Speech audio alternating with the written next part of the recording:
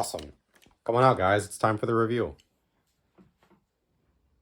Alrighty. What's going on, guys? Hope you're having a good week. Today we're going to take a look at the Blazing Gundam. Pretty excited for this one. Seems like it has some G-Gundam influence. Or 420 influence.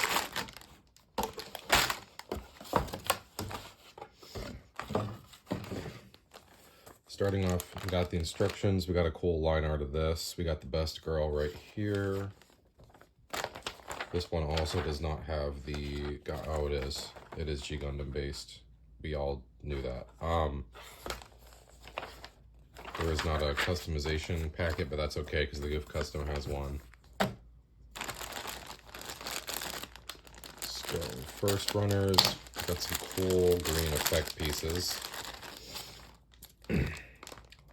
That's fun. They're two different sizes, which is pretty cool.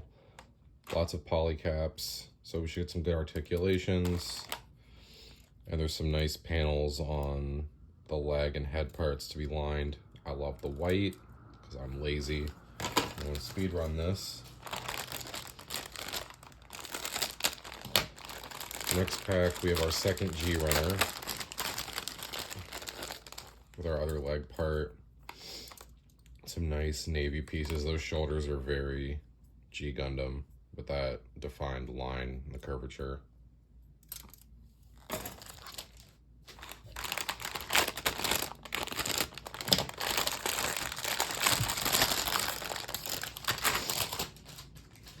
Here we've got D1, D2, so we got some similar pieces. We've got our funnels, or not funnels, like the wing part on the back. Really good panels on these parts. Got our other head piece. We've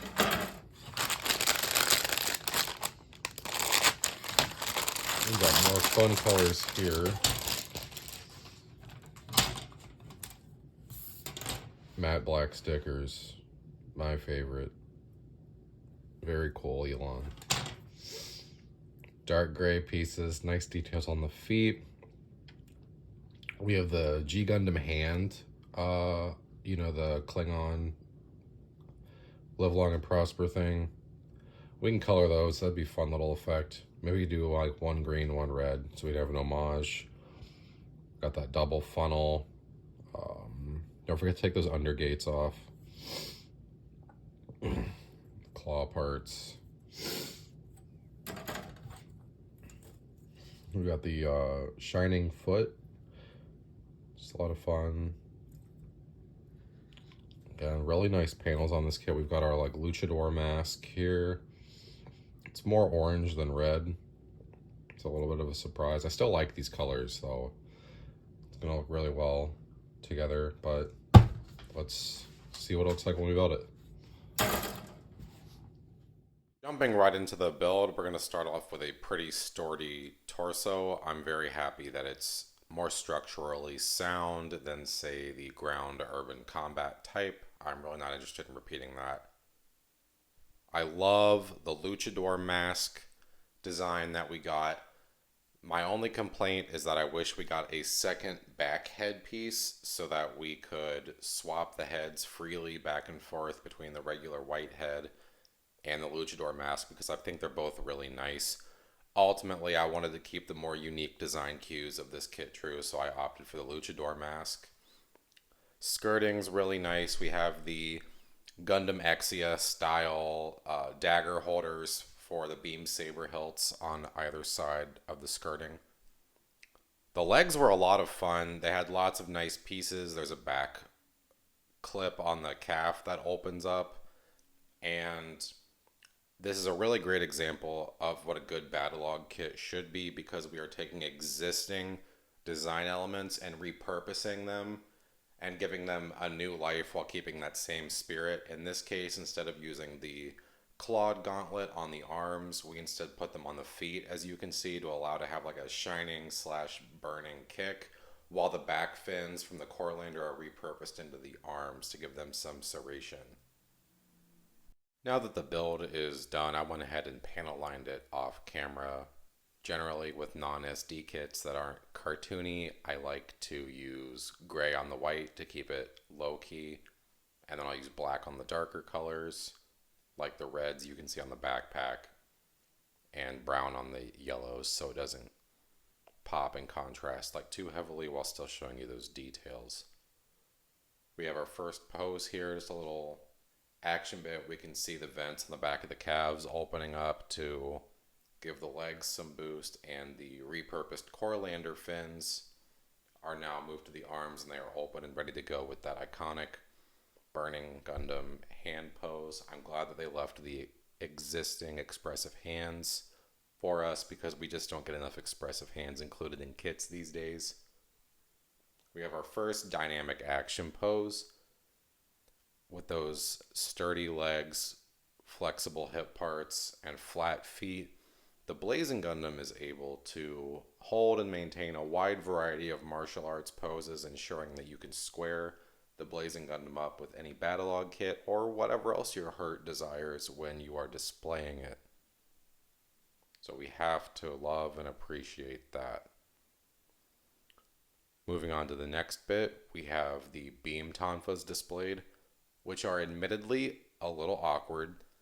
They do hold well in the hands, and I do like that there is a variance between the two beam saber lengths, so you get some variety.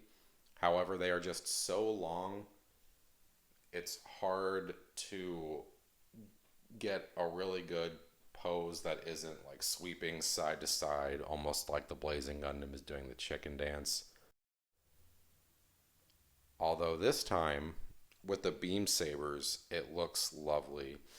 You get that nice beam saber effect and you can pose it in all of its might, and thankfully we don't have that giant beam tonfa handle to get in the way, so articulating it is much easier in this regard. And when you're not using those beam sabers, they clip nicely onto the skirting on the sides. Lastly, we have the Blazing Gundam's iteration of the Shining Finger from the Shining Gundam. We have the Shining Kick, and in lieu of having those clawed gauntlets on the hands, those gauntlets have been moved to the ankle guards. You can see it's got the two orange pieces and then that final talon sticking up, almost reminiscent of a Velociraptor claw at this point. When I first saw the Blazing Gundam in stores, I was very lukewarm to it, but I have to say, now that I've gotten out, got to build it and play with it, it has quickly grown into one of my favorite Battlogue kits, and I really recommend it. This kit is a very fresh take on an existing kit while still writing a beautiful love letter to the source material. I cannot recommend it enough.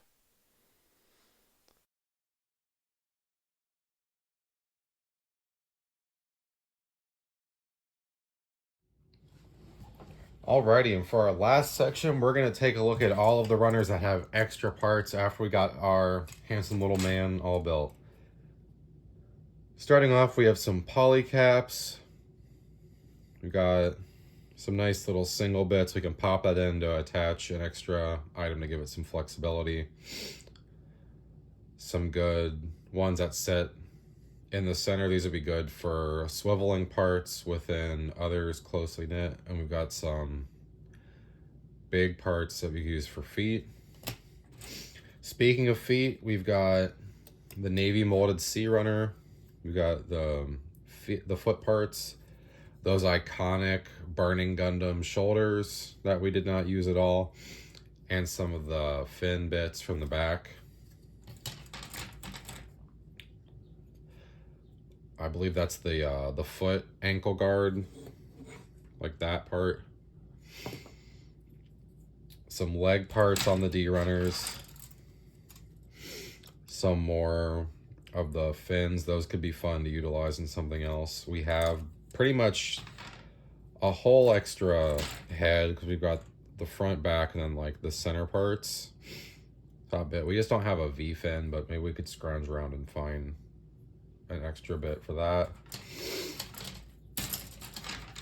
And then lastly, we have a hip piece, some extra little connective parts, and the wrist claw parts for the shining or burning hand.